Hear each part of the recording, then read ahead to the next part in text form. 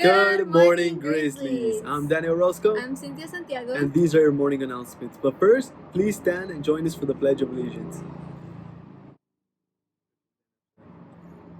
Put your right hand over your heart. Ready, begin. I pledge allegiance to the flag of the United States of America and to the republic for which it stands, one nation, under God, indivisible, with liberty and justice for all. Now let's go to George Tate for today's weather. Hi George, welcome to the newsroom.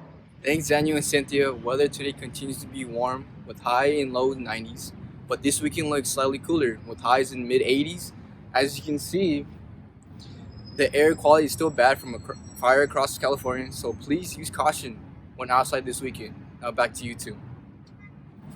Thank you, George. Today is September 11th, which is known as the Patriot Day and National Day of Service and Remembrance.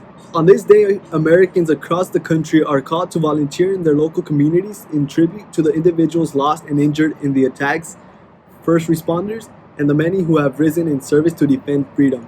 If interested in developing a service and project, check out nationalservice.gov today. Hey Grizzlies, your awesome and amazing tutors are back. Math tutors will be available in the morning, during class, and after school. See your math teacher for more information. Attention freshmen! The Saturday of Academy at Law at UC Irvine is accepting applications for their online program this fall.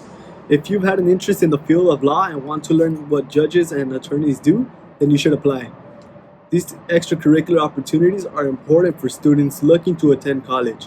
Look for Mr. Bravo's email for details and how to apply. The pandemic can't stop yearbook.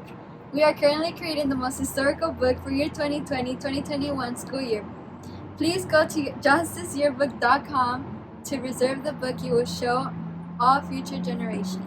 Speaking of books, join our library's Google Classroom for some online library checkouts, research info, cool links, and more. Seniors, every year we recognize students who have performed well academically, demonstrated good character, and are involved in extracurricular activities inside and outside of the classroom.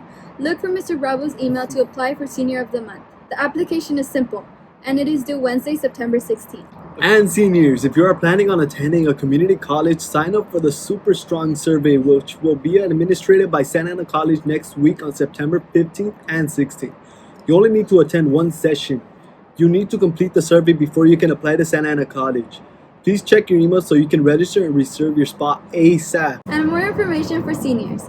UC Santa Barbara is holding a Zoom visit next Wednesday, September 16th at 3 p.m. Check for Mr. Bravo's email to register for this event ASAP. And lastly, join school social worker Ms. Sarah today to learn about self-care practices and digital self-care tools. Meeting is at noon on Zoom. Now roll that tape, Mariana.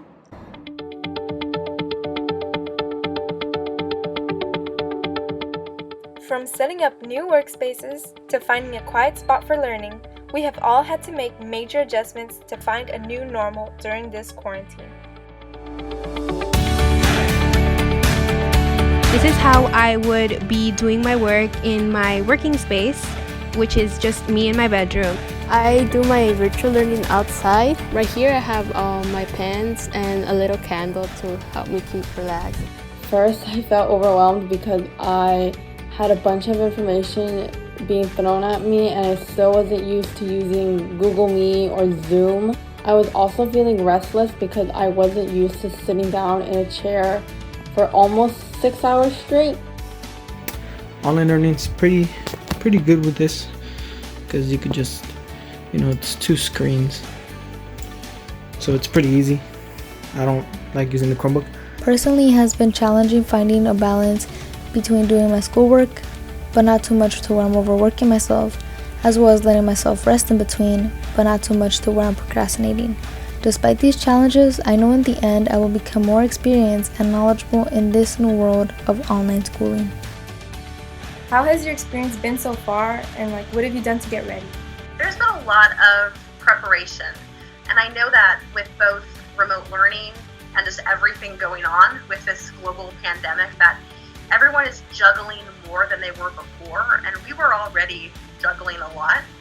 So there's just been a lot of teaching yourself and trial and error and looking at your colleagues for resources and working with students. So there's been a lot to prepare, and even when you are really prepared, the smallest thing can go wrong. There could be an update on Chromebooks, there can be a small change, student Wi-Fi issues, and then you're kind of doing a lot of trying to fix little problems along the way.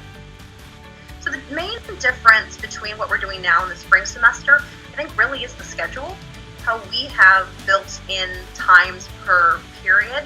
I know in the spring for my AP class, we were primarily doing asynchronous AP review, but for now we're starting the year. So we're not at the review phase, we're at the beginning and the course content. So that I think has been the biggest issue. I think there are definite benefits to having a schedule so that you don't have conflicting classes, but it can be a challenge if you have students who have younger siblings or who have other people nearby trying to get on Wi-Fi at the exact same time, and then they might miss something. And so that can definitely be a challenge there. But I think that for the most part, students really are working. That you're making it happen. Your teachers are working, and I mentioned juggling, how we're all juggling more than we were before. But I think we're starting to get into a little bit more of a solid pattern. Yeah, like finding a new normal. Okay. It is a new normal.